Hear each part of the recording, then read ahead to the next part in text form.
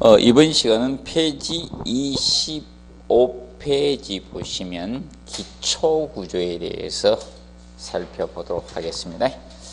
기초는 문제가 두 문제 정도 출제될 수 있는 파트입니다. 기초라는 것은 건축물의 상부 하중을 집안으로 전달해주는 하부구조 있죠? 땅속 구조를 기초라고 합니다. 사람으로 치면 발입니다. 우리 몸무게를 맞죠? 전달을 해주는 부분, 이것이 기초구조입니다. 그럼 기초는 먼저 우리가 알아두실 것이, 거기 보시면 밑에 그림이 나오죠. 기초 이 부가 어떤 명칭을 가지느냐, 거기에 대해서 한번 간략히 살펴보도록 하겠습니다. 먼저 상부에서 이런 기둥이나 벽이 이렇게 수직 부재가 내려오겠죠. 기둥을 통해서, 사람은 다리 아닙니까? 다리를 통해서 하중을 바닥에다 전달하는데, 자, 발목 부분보다 발바닥이 커지죠. 하중을 어떻게 분산해야 되잖아요. 그래서 하일은 하중 분산이 아니고 어떻게 하중 집중 현상을 가져오는 거예요. 하일은 딱 필요할 때만 신고요. 평상시는 어떻게 발바닥이 넓은 신발을 신으셔야 돼요. 그 이유는 다 있죠. 그러면 이게 기둥입니다. 그러면 기둥에서 이제 하중을 분산하기 위해서 사람 발바닥이지만 여기에서는 기초판의 개념이 되는 것이죠. 이렇게 발바닥이 넓어지는 거예요. 기초도 이렇게 넓어지죠. 이걸 기초판이라고 해요. 또는 기초 슬래브라고도 하고, 사람으로 보면 발바닥이다, 맞죠? 발바닥으로 보시면 됩니다. 그럼 이때 이 부분이 있죠. 이걸 갖다가 기둥에서 하중이 내려오면 기둥의 내부에 힘이 생기죠. 응력을 기초로 전달해주는 이 맞닿는 부분이죠. 이것을, 이 부분을 주각이라고 해요. 주각. 기둥과 기초가 맞닿는 부분을 주각이란 용어를 씁니다. 그래서 주각은, 그래서 27페이지 보면 그 용어 해놨어요. 그 박스에 보시면 기둥의 응력을 기초로 전달하는 작용하는 부분을 주각이라고 칭합니다. 주각. 이 부분을 주각이라고 하고, 이때 여기 주각을 고정 상태로 만들어주기 위해서, 자, 이 원래 보라는 것은 기둥과 기둥을 연결한 수평 가로부재가 보죠. 근데 주각 부분을 잡아주는 기초를 우리가 이걸, 이 보를 지중보라고 칭합니다.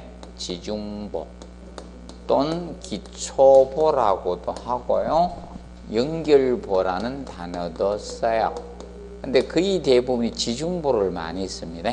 땅 속에 있는 보라해서. 원래 보는 가로부재를 보라고 하죠. 가로부재를 보라고 칭하는데, 이때 땅 속에 있는 보라해서 무슨 보?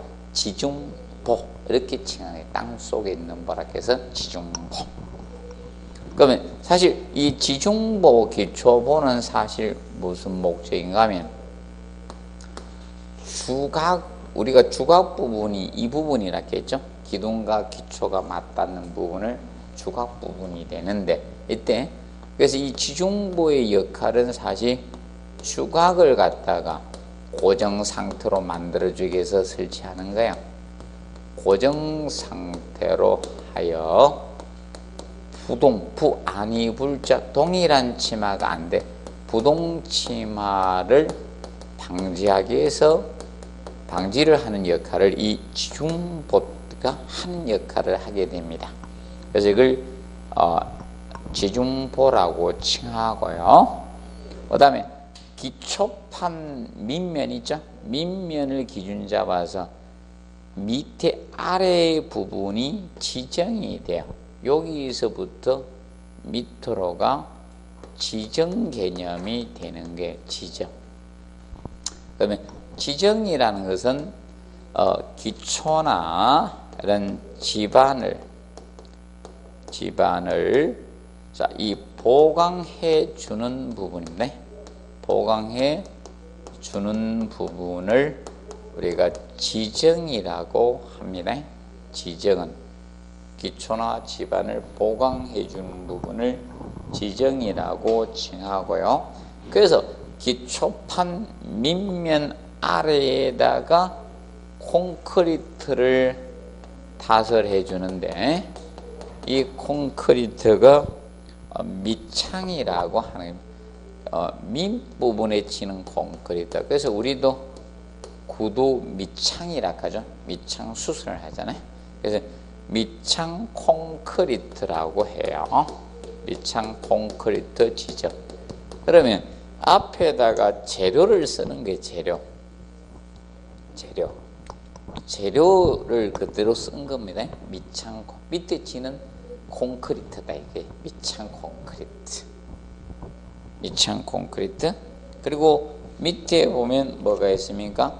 자, 이렇게 해놓은 거 있죠. 뭐 대각선 약간 빗방향으로 이렇게 끄는, 이렇게 이런 식으로 해놓은 거 있습니다. 이런 식으로 이렇게 표현해 놨죠. 이것이 뭔가 잡석입니다. 잡석. 그래서 이걸 잡석 지정이라고 합니다. 잡석 지정. 원래 잡석이라는 것은 막 생긴 돌을 잡석이라 해요.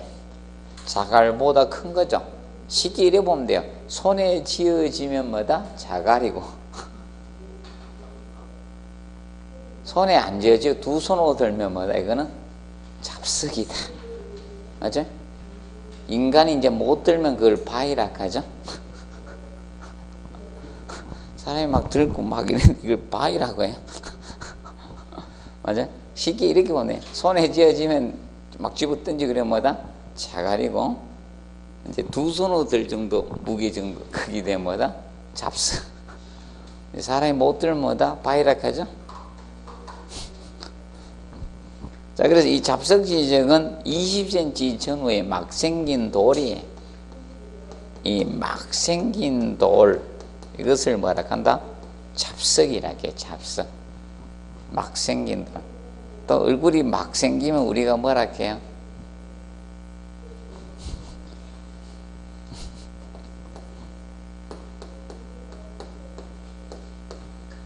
이게 호박돌. 거기 이 정도의 잡석이 이렇게. 이 정도 크기. 대략 머리통 정도의 크기도를 잡석이다. 이래 보면 돼. 잡석이고, 그 다음에 이제 거기 이제 말뚝을 때려 박을 수도 있죠. 이렇게 말뚝을 때려 박을 수 있는 말뚝 지지야. 이렇게 하는 거죠. 사람으로 치면 이렇게 신발 신고, 운동화 신고, 양말 신고 이런 것은 양말이 밑창 콘크리트고 신발이 뭐다? 잡석이. 말뚝, 이거는 이제 말뚝 박으면 이 말뚝 지정인데, 말뚝은 사람으로 치면 하일 같은 거 있죠? 키릴 이런 게 뭐다? 말뚝 지정인데. 그래 보시면 돼요. 지정은, 그래서 시험은 이것만 냈어요. 지정 경계면이 어디입니까? 이걸 냈습니다. 지정 경계면은 어디가 지정? 기초판 밑면. 요것이 지정 경계면이에요. 자, 그래서 앞으로 뭐 이거 가지고 낼 수 있으면 각 명칭을 연결하는 부위죠. 그런 형태에 낼 수 있고, 이 경계면은 냈으니까, 그리고 지중보 역할 이런 부분을 앞으로 시험에 낼 수 있다라고 보시면 되겠습니다. 기억하시고요. 그 다음에 페이지 26페이지 동결선 나옵니다. 동결선. 자, 보통 동결선 또는 뭐다? 동결심도라고 표현합니다. 동결심도. 자, 겨울철에 지표가 어느 깊이를 뭐다? 동결선, 동결심도라고 해요. 자, 이건 왜 고려를 해야 되는가 하면 기초가 이거죠. 지표가 있는데 일정 깊이만큼 겨울에 동결이 될 수밖에 없다. 자, 그런데 자, 이 동결선이 이까지 들어오게 되는데 기초가 위에 있다는 거예요. 기초가 위에 있게 되면 이 흙 부분이 겨울에 얼게 되면 부피 어떻게 팽창을 가져옵니다. 맞지? 그리고 해변기에 다시 녹으면 문제가 된다. 똑같이 올라갔다 똑같이 내려오면 관계없는데 올라갈 때는 같이 올라갔다, 그죠? 태어나도 같이 태어도 죽는 시기는 다르다시피 맞죠? 어떤 분이 양보를 해주는데 말 좀 이쁘게 하면서 자리를 양보해 주면 되는데 연세 많으신 분이라고 이렇게 하면서 이랬대. 추운 날도 얼마 안 남았는데 앉아서 가세요. 이렇게 그분이 기분 좋겠어요, 안 좋겠어요? 에? 앉으십시오 이러면 될 것 같다가 죽을 날도 얼마 안 남았는데 앉아서 쉬어야 그런데 그분이 하는 말이지, 태어나는 건 순서가 있지만 죽는 날은 순서가 없다. 그러면 이게 겨울에 얼 때 올라갈 때는요 같이 올라가는데 녹을 때 있죠. 해변기일 때는 태양이 비치는 양지하고 음지하고 녹는 시기가 달라버리죠. 맞죠? 그렇다 보니까 문제가 생기는 게 동일하게 내려가는 게 아니라 부동치마가 동일한 치마가 안 생길 수 있다. 그런 문제 때문에 이게 나왔던 거예요. 그러면 제일 먼저 냈던 게 그거 가지고 내서 4번 가지고 낸 거예요. 30cm 차이 나는데 꼭 외우실 필요는 없습니다. 이미 다 낸 거고, 북부가 120, 중부가 90, 남부 30cm 차이가 난 거예요. 그럼 시험은 중부 가지고 나온 거야. 우리 수도권이 어디에 속하니까 중부에 속하니까. 자, 그리고 이제 북부는 지문 한번 언급이 되었었던 겁니다. 자, 그리고 거기 보면 저겁니다. 2번에 보면 기초는 동결선 이하에, 이거는 반드시가 들어가도 맞아요. 예외 규정이 없기 때문에. 쉽게 이야기합니다. 아무리 경미한 건축물이라도 구조물이라도 기초는 동결선 이하에 설치해야 돼요. 자, 왜냐면 안전을 위해서. 만약에 동결선 이하의 기초를 축조 안 하죠. 그럼 나중에 부동침의 우려가 어떻게 커지는 게. 부동침하는 거기 해놨죠. 용어정리. 한 건물에서 부은조수 상이하게 다르게 동일한 치마가 아니라는 거네. 치마되는 현상을 부동치마라고 해요. 그래서 그 밑에 사진 보시면 이게 피사의 사탑입니다. 자, 초반에 이렇게 지었겠어요? 처음에는 똑바로 지었는데 부동치마대에서 어떻게 기울어지죠. 그래서 이 밑에 보강해놨어요. 사실 기울어지가 넘어갈까봐 밑에 집안 밑에 보강해놨어요. 지금 기술로 바닥 세울 수도 있습니다. 맞죠? 세우면 이거 보러 가요? 안 보러 가요? 아무도 안 가요.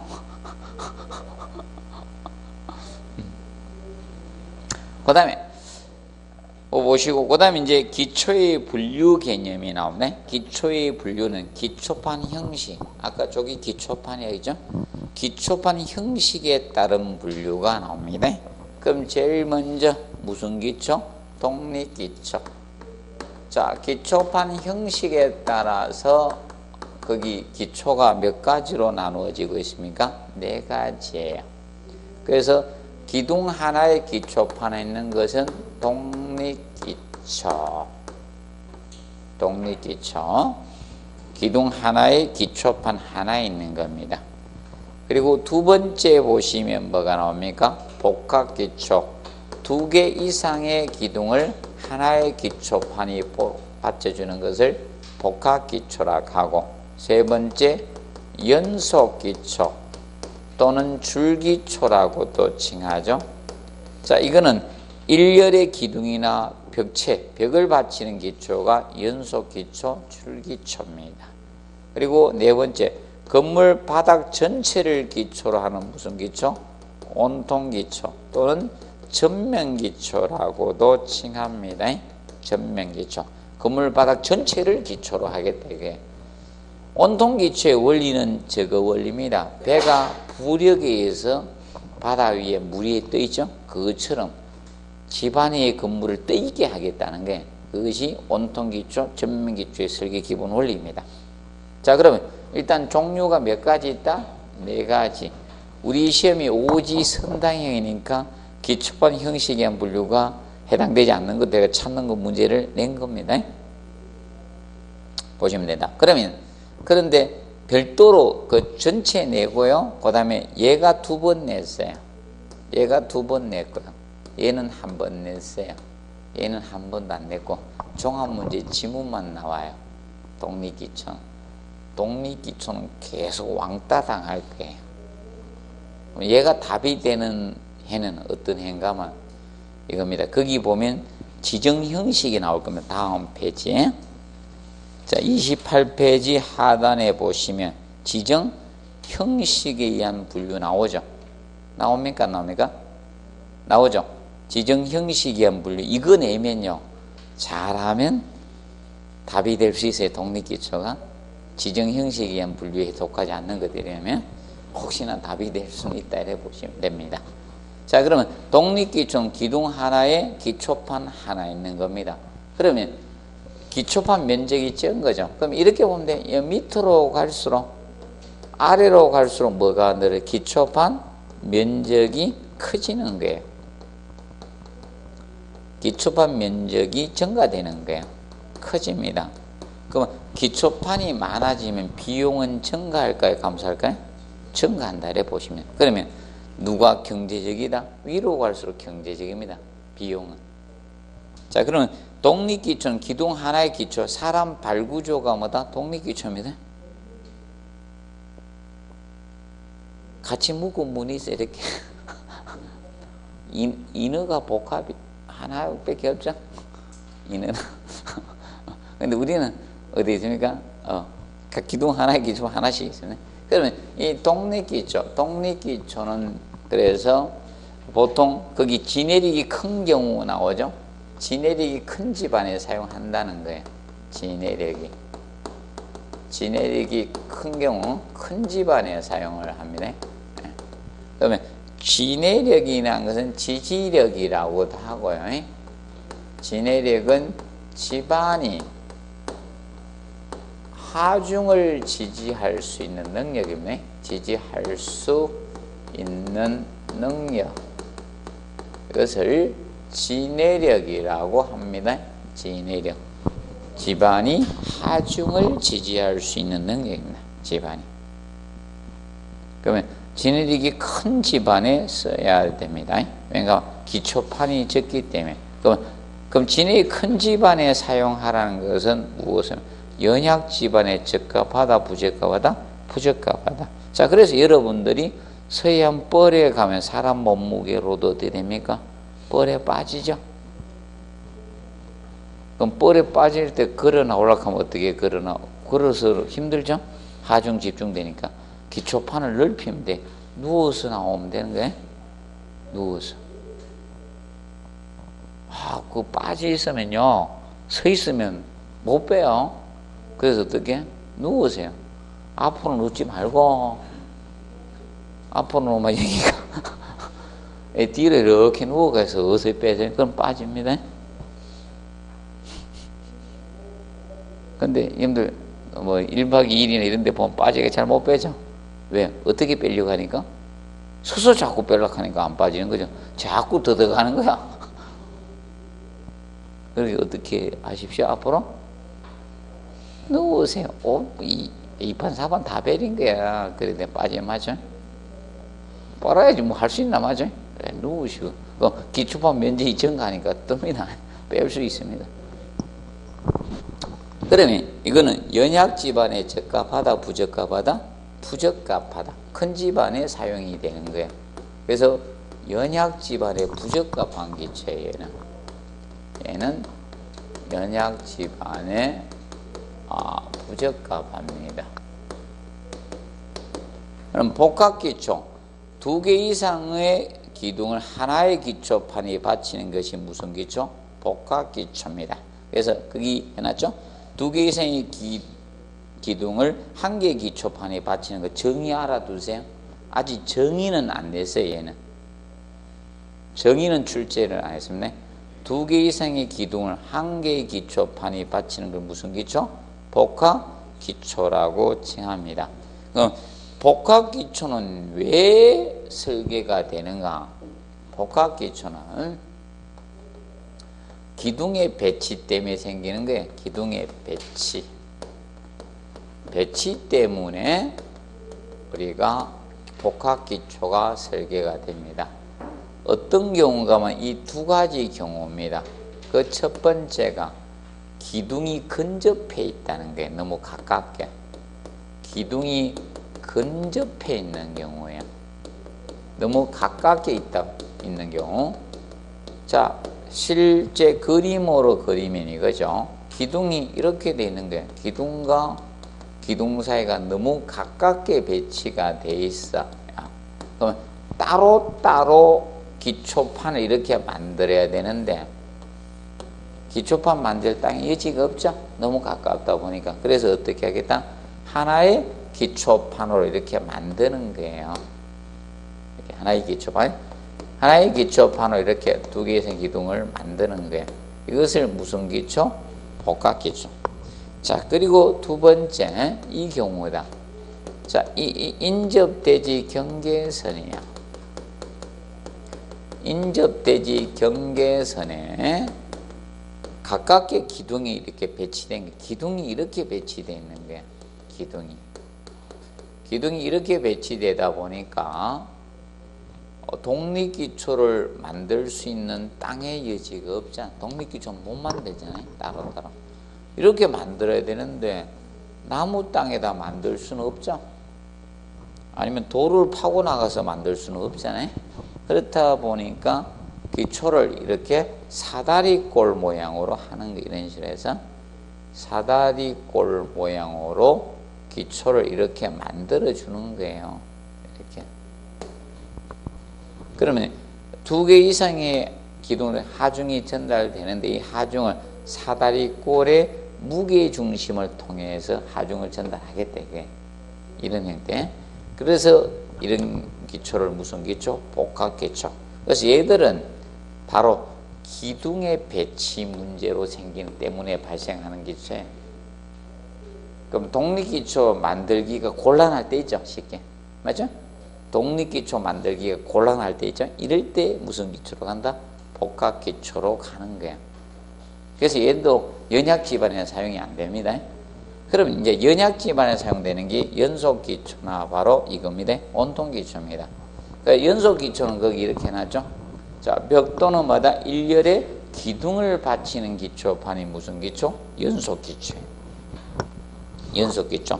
그럼 연속기초는 알아두실 것이 얘는 조적조의 기초입니다. 조적조의 기초가 연속기초입니다. 단독주택 있죠? 연속기초입니다. 담장기초 이런 게 연속기초예요. 그래서 이 조적조의 기초가 연속기초입니다. 연속기초. 그러면 쉽게 여러분들, 자, 이 단독주택의 벽이 있죠. 벽의 하부의 기초가 연속적으로 줄지어서 간다는 거야. 그래서 연속기초 또는 뭐다? 줄기초. 자, 근데 조적조는 건물의 규모가 커요, 적어요? 적죠. 근데 도심지에 우리가 지어진 건물은 규모가 굉장히 크게 올라가죠. 그래서 틀려지는 거예요. 그래서 이 온통기초는 건물 바닥 전체를 뭘로 했다? 기초로 한 거예요. 얘는 건물 바닥 전체를 기초로 한 게 온통기초야. 얘는 건물 바닥 전체를 기초로 한 겁니다. 기초판으로 설계한 겁니다. 기초로 한 것이, 이것이 온통기초의 개념이 되는 거야. 그러면 온통기초는 얘는 어디에 쓰는가 하면 얘는 도심지 연약지반이야. 도심지 연약지반의 기초입니다. 연약지반의 기초가 온통기초가 되는 게 온통기초.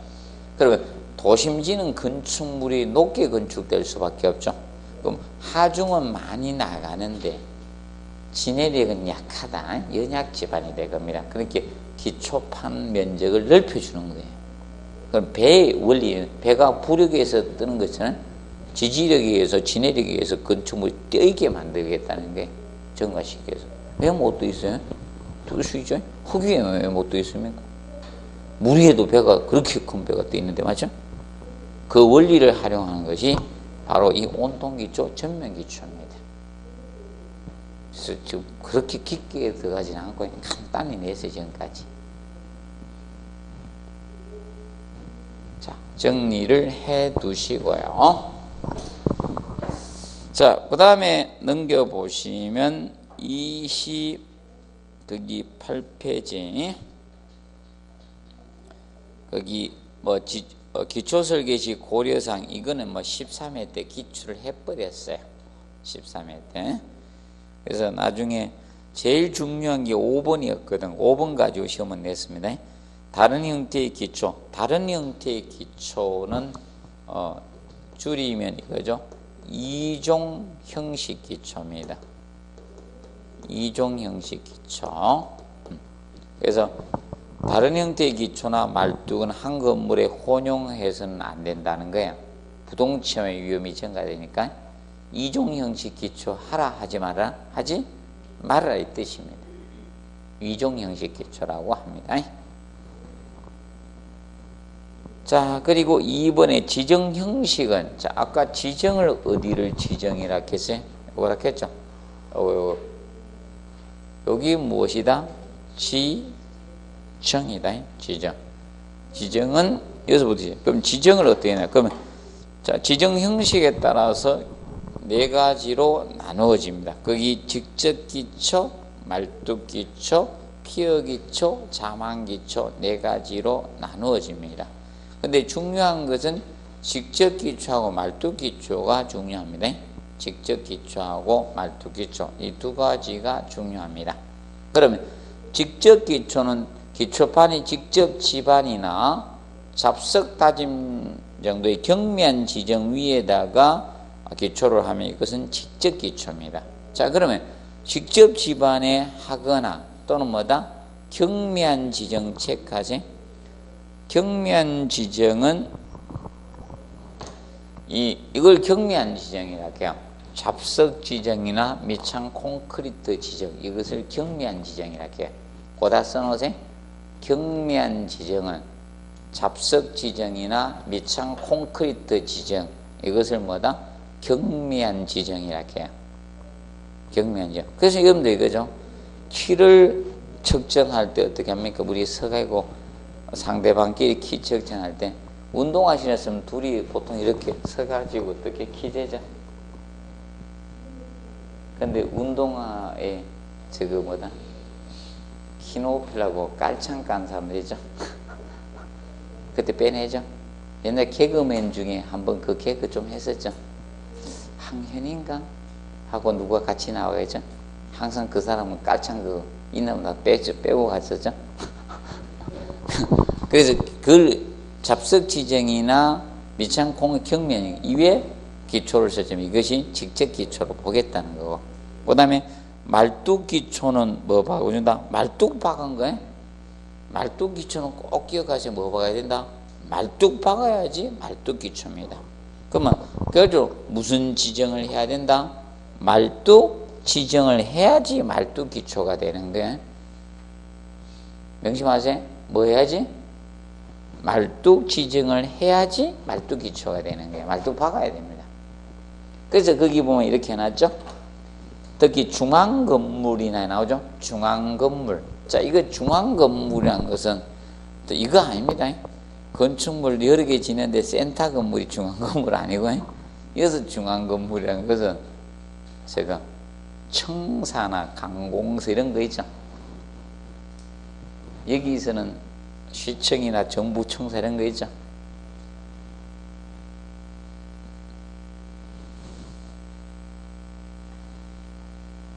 시청 건물 다 알죠?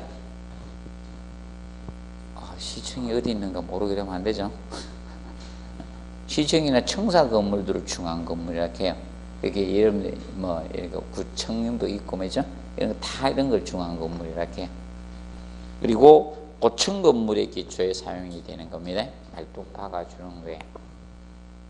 봐두시고, 그 다음에 이제 몇 가지. 그리고 이제 29의 기초 파기 쪽이 있는데, 기초 파기 쪽 흙파기에서는 넘겨보시면 30페이지 기초 파기 공법이 나와요. 기초 파기 공법 개념이 나오는데, 먼저 1번에 뭐가 나온다? 아일랜드 공법이 나옵니다. 아일랜드 공법은 사실 이런 거 뭐 그림도 대략 그려놨는데, 자, 도심지 연약 지반이라서 한 번에 톱하기가 힘들어요. 그래서 연약 지반이다가 자꾸 붕괴가 돼요. 그렇다 보니까 이렇게 중간에 터지지 마라 흙막이 버팀대도 되긴 너무 넓어. 그래서 한꺼번에 전체를 못 판다는 거야. 그래서 어디를 먼저 판다? 중앙부 부분을 먼저 파가지고 중앙부 기초를 먼저 하는 거야. 중앙부를 하고 주변부로 진행을 해가는 거야. 이걸 아일랜드 공법이라 해요. 모르면 이렇게 기억하면 되잖아요. 아일랜드는 뭐다? 섬이죠. 바다의 중앙에 있다. 그렇게 기억하면 먼저 중앙부를 파고 동시에 톱하기가 힘들더라 이게. 그래서 나누어서 파자 이게. 나누어서 센터를 먼저 파고 주변부로 가면 이거는 무슨 거다? 아일랜드. 그 반대로 트렌치크 공법이 나옵니다. 2번에 트렌치크. 자, 트렌치라는 것은 여러분들 참호예요. 참호. 군에서 진지 방어를 하기 위해서 참호를 파죠. 요거는 여성분들이 좀 불리합니다. 참호를 안 파봐가지고. 구덩이 파죠. 군에 안 다 다녀오셨습니까?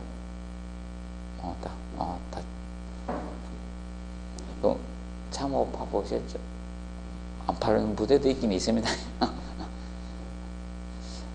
그럼 이렇게 파는데 이겁니다. 얘는 참호처럼 구덩이를 파딱 해서 트렌치컷이라고 명칭이 정해진 거예요. 다른 거 아니고. 그럼 이겁니다. 얘는 전체 한 번에 파기 힘드니까 이거는 어디부터 판다? 주변부를 먼저 파는 거야. 이 주변부를 먼저 공사를 하는 거야. 그래서 트렌치컷은 주변부를 먼저 공사하고 나서 파가지고, 그럼 이렇게 파고 나면 이 센터는 그대로 파면 되잖아. 흙이 붕괴 안 되니까. 그래서 중앙부를 나중에 하는 거야. 이것을 트렌치컷 공법. 그거죠. 얘들 둘 다 어디에? 도심지 연약 지반에 쓰는 공법이에요. 사실 한 번에 톱하기 힘드니까 나눠서 파자 이거예요. 그래서 여러분들 공부할 때 이거죠. 한 번에 다 하기 힘들잖아요. 맞죠? 아닙니까? 한꺼번에 막 싹 다 하려고 하지 마세요. 좀 적게 들어와도 돼. 뭐 처음엔 한 10%, 20% 들어와도 돼. 어떻게 다 넣을 수가 있어요. 맞아? 공부한 거 다 넣을 수 있다 없다? 뭐 다 못 넣죠? 부분적으로 넣어도 된다 이게.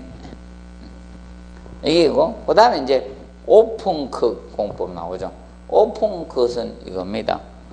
흙의 휴식각을 이용해서, 흙이 붕괴 안 되는 휴식각을 이용해서 이렇게 파내려 가는 게 이런 식으로. 그러면 흙의 휴식각 이렇게 파내려 가면 여유 공간이 많아야 돼요? 없어야 돼요? 여유 공간이 많아야 되잖아요. 그러면 도심지는 작업할 수 있는 여유 공간이 많아요, 적어요? 적죠? 자기 땅에 짓기도 바쁜데 막 이거 휴식각 내가 이렇게 파가 건물 지으면 공간이 엄청 남아야 돼. 자기 땅에서. 맞죠? 근데 도심지는 어떻게 많이 짓습니까?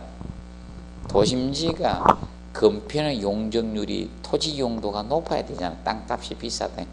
많이 지려고 해요? 적게 지려고 해요? 하나는 도심지 상업지역에다가 최고 금싸기 땅에다가 단독주택을 좀 하시고 정을 엄청 크게 하고 이렇게 할 사람 없죠? 돌았죠? 총 맞았죠? 그러면 틀려. 그러다가 엄청 높은 빌딩 지어가지고 빡빡 받아 먹어야 되잖아요. 그렇기 때문에 자, 그럼 오픈 것은 오픈시켜 놓고 한다는 거야. 흙이 휴식각을 이용해서 그럼 흙막 이런 거 설치 안 하고 그대로 파내려 가겠다는 거예요. 그렇기 때문에 이건 대지의 여유 공간이 많을 때 한다, 적을 때 한다? 많을 때 하는 거예요. 그래서 이거는 기억을 해보십시오. 대지의 여유 공간이 뭐다? 많을 때 하는 거. 그럼 이거는 도심지에 적합하다, 부적합하다? 부적합한 것이 오픈컷 공법이에요. 그리고 4번에 탑다운 공법에 나온다. 역구축 공법, 역타 공법이라고도 해요. 그러면 지하 연속벽에 의해서 지하 외벽을 먼저 설치해요. 이 탑다운 공법은 이렇게 하는 거예요. 그래서 거기 4번에 보면 땅이 너무 넓어. 이 연약지만 영역이 너무 넓어서 보통 버팀대 공법이나 어스앵카 공법이 앵카 공법으로 안 되는 거야. 그래서 어떻게 하는가 하면 외부에는 지하 연속벽을 설치를 하는 거예요. 지하 연속벽. 외부에는 이거는 흙막 이런 걸 안 합니다. 바로 여기다 막 뚫어가지고 외부에다 지하 연속벽을 설치합니다. 연속벽. 이 공법이 뭔가만 설러리 월공법입니다. 벽을 설치하는 거예요. 설러리 월공법입니다. 공법을 통해서 지하 연속벽을 설치를 합니다. 지하 연속벽을 대표적인 것이 이 설러리 월공법으로 썼던 것이 설러리 월공법 쓴 것이 여의도에 LG 쌍둥이 빌딩을 LG 트윈스를 건물을 축조했죠. 그러면 거기가 여의도가 모래로 이루어진 게 연약 지반이잖아. 땅 파면 붕괴되잖아. 그래서 이 설러리 월공법을 통해서 지하 연속벽을 만든 거예요. 이렇게 만들고 이 동시에 뭐 하는가 하면 엄청난 기계가 와서 여기에다가 막 뚫는 천공하는 기계, 큰 기계 와서 막 뚫어가면서 철강 큰 관을 때려 박습니다. 그래서 이제 그걸로 이제 기둥을 만들어요. 작업을 이렇게 합니다. 와서 너무 대충 그릴게요. 막 엄청 뚫는데 너무 많이 그리면 시간이 너무 오래 써야 되니까 이렇게 기둥을 먼저 만드는 거예요. 기둥을 뚫어서 지하 연속벽하고 기둥을 만들어요. 지하 연속벽 기둥을 설치를 먼저 해요.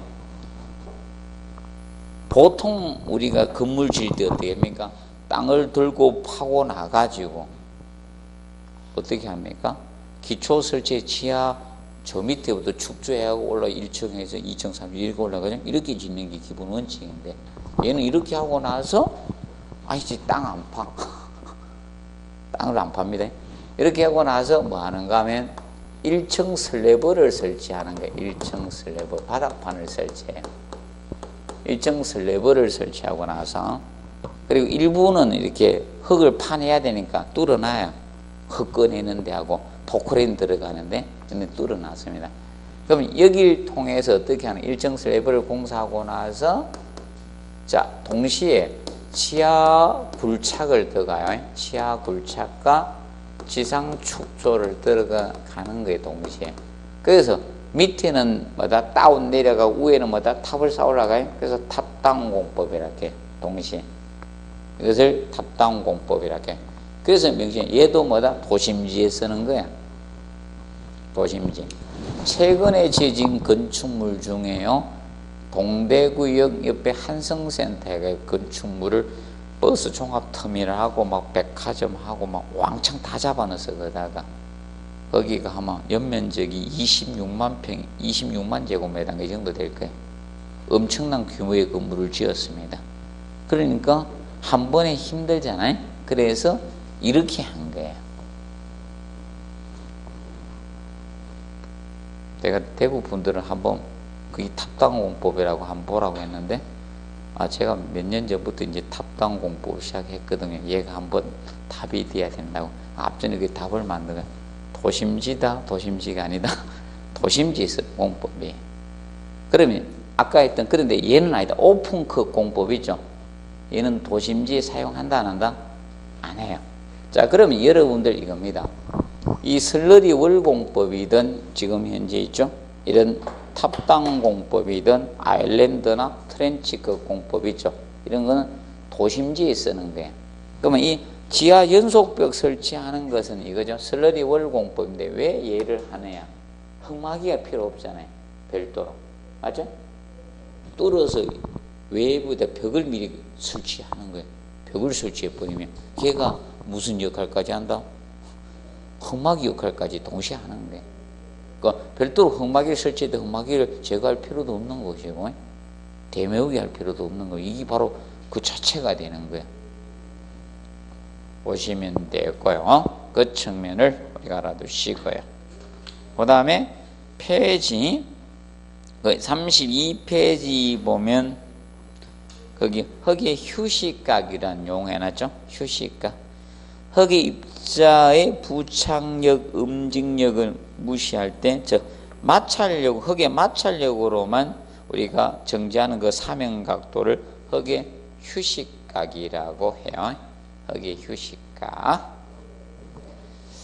자, 그리고 우측에 보시면 33페이지. 자, 흙막이 사용할 때 무슨 상? 주의사항이 나옵니다. 주의사항. 자, 흙막이는 바로 이것이 흙막이 개념이 되는 거죠. 흙막이는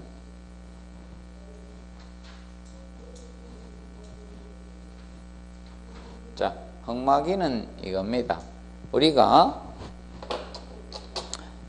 땅을 이렇게 90도로 이렇게 파내려갈 수 없죠. 지구상 흙은 분명히 흙이 붕괴될 수밖에 없죠. 그래서 여기에다가 이 흙의 붕괴를 방지하기 위해서 막아주기 위해서 여기다 흙막이를 공사하면서 내려가게 됩니다. 흙막이. 그런데 흙막에서 생기는 현상이 거기 보면 나오죠. 히빙 현상, 볼링 현상, 파이핑 현상에서 이 세 가지 현상이 생겨요. 그러면 히빙 현상은 점토 지반이에요. 자, 점토 지반에 지금 현재 여기가 점토 지반이었다는 거죠. 점토였습니다. 그러면 단단한 지반이 여 밑에 있는데 이게 점토야. 그럼 점토다 보니까 여기 인접대지나 건축물에 하중이 작용되고 있으니까 이걸 딱 막아버리면 힘이 차단되는데 이걸 못 박은 거야. 이걸. 그러니까 여기 힘이 밑으로 작용해서 바닥재 불룩하게 솟아오르는 현상을 뭐다? 히빙 현상이라고 해요. 그럼 히빙 현상이 일어났다는 것은 흙막이 공사를 제대로 못한 거예요. 여기까지 박아주면 되는데 못 박았다는 거예요. 차단을 할 수 있도록 박으면 되는데. 그럼 이렇게 히빙 현상이 생기면요, 인접대지나 건축물이나 도로 이런 게 있을 때 여기 뭐가 생긴다? 치마가 생기는 거예요. 치마가. 그래서 여러분들 공사장 주변에 가보면 인도 볼록 있죠? 어떻게 돼 있어요? 인도가 막 들어가고 난리 났죠? 요동을 치잖아요. 그리고 이제 도로도 막 쩍쩍 균열 가고 있죠? 심한 데는 싱크홀 생기고 막 이러잖아요? 뭐 문제가 생기는 거예요. 그리고 이제 보일링 현상이죠? 보일링 현상은 사질토 지반이야. 사질토 지반일 때 이 모래가 그걸 못 이겨서 물하고 모래가 솟아오르는 현상을 뭐다? 보일링 현상이라고 해요. 그래서 이 보일링 현상은 이 무슨 지반에서? 사질토, 모래 지반에서 부력을 못 이겨서 모래하고 물이 바닥에서 솟아오르는 현상인데 지하수 모래 함께 솟아오르는 것은 보일링, 사질토입니다. 그리고 파이핑 현상은 부실 공사로 인해서 그 그림 보다시피 그림에 보시면 널말뚱에는 흙막이의 틈이 발생해서 그렇다 보니까 이 흙탕물이 분출하는 현상이에요. 파이핑은 흙탕물이 분출하는 현상이다. 자, 그럼 결과적으로 널말뚱 흙막이 공사에서 보일링 현상이든 히빙 현상이든 파이핑 현상이 생기면 결과적으로 역기 어떻게 됩니까? 이쪽으로 빠져나왔잖아요. 그러면 인접대지나 도로나 건축물에 뭐가 발생될 수 있다? 치마가 발생이 될 수 있다는 겁니다. 그러면 그런 것을 좀 주의만 하면 된다 이게. 자, 그리고 아직까지는 한 번도 지문에도 안 썼어. 근데 조금은 알아두세요. 조금 게. 그래서 히빙은 점토 집안, 그리고 볼링은 사질토 집안이 모래 집안이고, 그리고 파이핑 현상은 널말뚝의 부실 시공으로 발생이 되는 거예요. 그러므로서 이런 것이 생기면 인접대지나 건축물이나 도로에 뭐가 발생될 수 있다? 치마가 발생될 수 있기 때문에 공사를 잘 해주라는 겁니다. 그 측면을 우리가 알아두시면 되겠습니다. 그리고 34페이지 집안조사에 들어가기 앞서서, 조사하는 것에 앞서서 먼저 저거부터 봅니다. 35페이지 용어부터, 용어 정리를 먼저 하고 그 내용에 들어가도록 합니다. 그래서 시료 나오죠. 품질이나 성분 등의 시험에 제공된 재료를 줄여서 말한다. 시료라고 해. 시험에 제공되는 재료 줄여서 뭐다? 시료라고 하는 게 시료. 딱 줄인 거예요. 시험에 제공되는 재료 시료. 그런데 이번에 불교란 시료가 나오죠. 불교란 시료. 그러면 아니 불자죠. 교란이 안 됐다는 거죠. 그러면 시료가, 흑의 시료는 두 가지입니다. 흑의 이 시료는 두 가지입니다. 불교란 시료하고 교란 시료, 이 두 가지예요. 교란 시료. 그래서 교란 시료를 다른 말로 이긴 시료라고도 합니다. 이긴 시료. 그러면 교란 시료는 흐트러진 시료를 교란 시료라고 해요. 흐트러진 시료. 시험에 제공된 재료가 흐트러졌다는 겁니다. 그래서 그 불교란 시료 해놨죠. 자연 퇴적 상태인 뭐다? 흙을 채취한 시료를 뭐다? 아니 불자, 안 흐트러졌다는 거야. 자연 퇴적 상태 그대로 시료를 채취했다는 겁니다. 그래서 무슨 시료? 불교란 시료라고 해요. 불교란.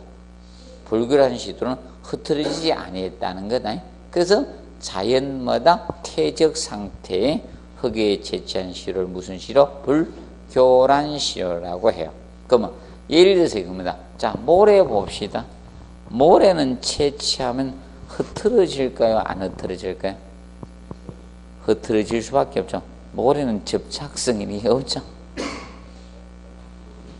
그래서 간혹 가다가 비유 많이 하죠. 모래알 같은 거죠. 우리나라에서는 저걸 많이 쓰죠. 콩가루 집안이라고. 콩가루의 역할이 뭐였습니까? 떡들이 붙는 걸 방지하기 위해서 찹쌀, 그런 인절미 이런 데 있죠? 가루 뭉치는 거죠. 그래서 콩가루 집안이라고 하죠.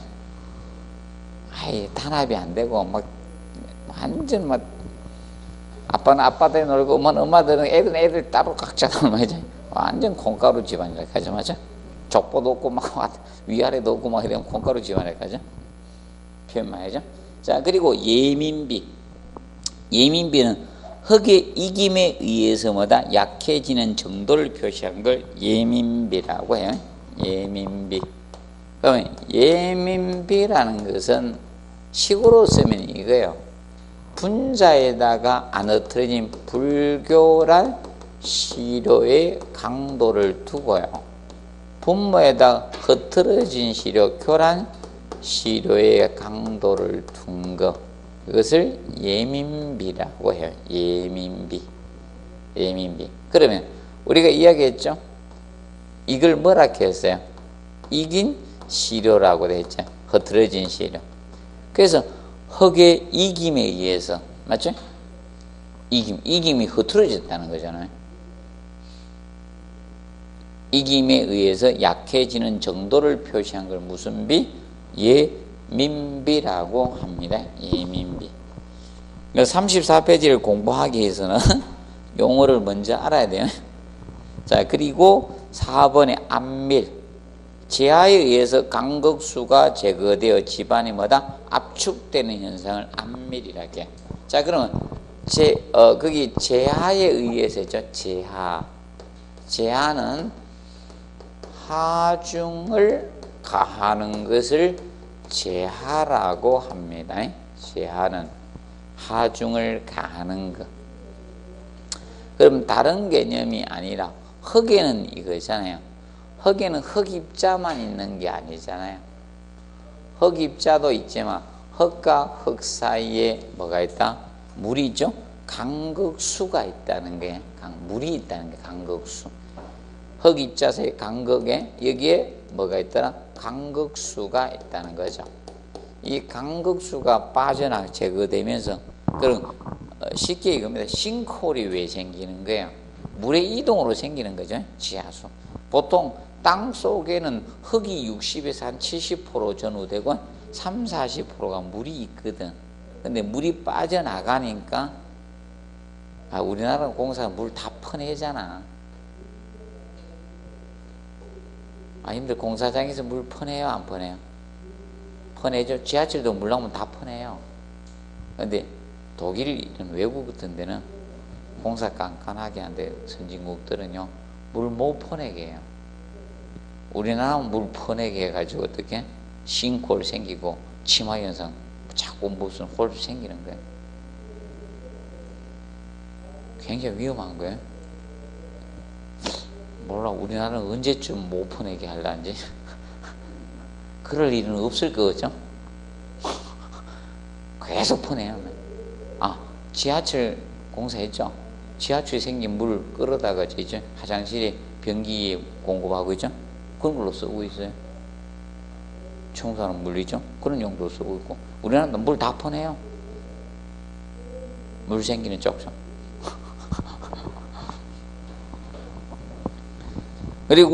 그래서 그 압밀치마 나오죠. 그러면 간극수가 되면서 압밀되면서 치마되는 걸 압밀치마라고 칭하는 거예요. 압밀치마. 자, 그리고 액상화 현상 해놨죠. 액상화를 유동화라고도 해요. 액상화 또는 유동화라고 합니다. 유동화. 그래서 사질 지반이 진동이나 지진 등의 하중에서 전단 저항력을 상실하고 액체처럼 거동, 움직이는 현상을 뭐라 한다? 액상화 또는 유동화 현상이라고 칭합니다. 그러면 지반이 고체인데 지반인데 뭐처럼 움직이더라? 액체처럼 움직이더라. 그래서 뭐다? 액상화, 유동화라 해요. 그래서 여러분들 매립지 안 좋은 이유가 이거예요. 매립지죠. 매립지는 원래 매립지에다가 호수나 이런 걸 매립했죠. 매립하게 되면 물이 있는데 매립을 했잖아요. 그럼 이제 문제가 지진이 나면 얘가 지발 액체처럼 움직이는 거야. 그럼 그 위에 지어진 건물들이 어떻게 될까요? 지진 나면 붕괴가 되는 거예요. 자, 그래서 액상화 유동화로 하면 엄청난 인명 손실이 옵니다. 붕괴로 와요. 그래서 일본 고베 지진이 바로 그거예요. 고베가 매립지가 많았거든. 매립지가 많다 보니까 액상화 현상 때문에 일본 한신대진, 고베 대진이죠. 인원이 5천 몇백 명 죽었잖아요. 5천 몇백 명이면 쉽게 내진 설계 가장 잘 되는 일본에서 5천 몇백 명 죽었으면 엄청 좋은 거죠. 동일본 대지진은 그보다 많이 죽은 이유는 쓰나미죠. 수장대가 다 죽은 거죠. 다 익사야. 더 큰 규모의 지진이 왔는데도, 맞아요? 그건 9였잖아. 이때 그건 9잖아요. 근데 동일본 대진 7.1인가 700이 안 돼요. 고베 지진은. 근데 매립지 지진 건축물들이 박살난 거야. 그래서 일본이 지금 무서워하는 게 그죠? 일본이 동경에, 맞죠? 도쿄 있죠? 동경에 지진이 생기는 걸 무서워하는 거야. 그 이유가 동경이죠. 도쿄가 매립지가 엄청 많아요.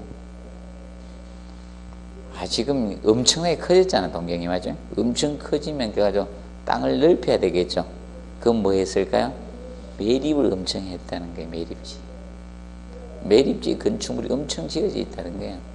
거기 건물은요 초토화된다 보시면 돼요. 규모 7 이상 지진 오면 초토화된다 보시면 됩니다. 그러면 아무리 잘된 일본 있죠, 또 어떻게 된다? 문제가 심각해질 수 있다는 겁니다. 그것 때문에 일본이 좀 두려워하고, 그 대책도 많이 수립해 놨는데 대책 세우면 꼭 어떻게 이상한 지진이 오잖아요. 그래서 일본이 내진 설계가 잘 돼 있었어요. 요렇게 옆으로 흔드는데 잘 돼 있으니까 고베 지진이 아래 위로 흔들어잖아. 직하형 지진이 하잖아. 요거만 열심히 해놨어요. 그러니까 아래 위로 흔들었어. 80년대 후반기에 미국에 지진이 왔는데 일본 애들이 미국 그 서부에 지진 왔을 때 많이 붕괴됐거든. 그래 지들이 최고라고 막 입방정을 엄청 떨었어요.